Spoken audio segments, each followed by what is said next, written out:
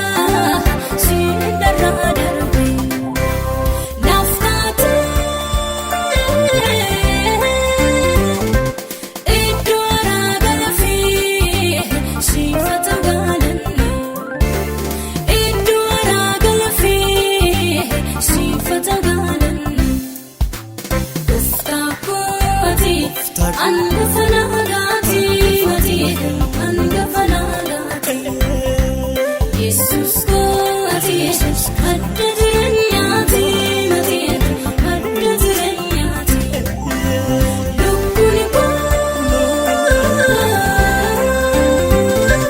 sittara galafatte bu'uura argatte sittara galafatte bu'uura argatte.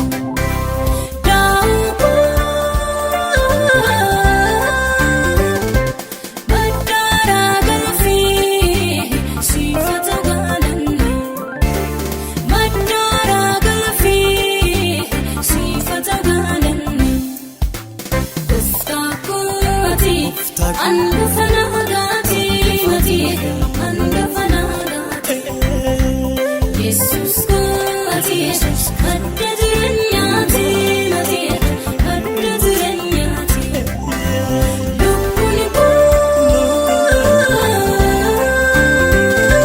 sittara galafatte bu'uura argatte sittara galafatte bu'uura argatte.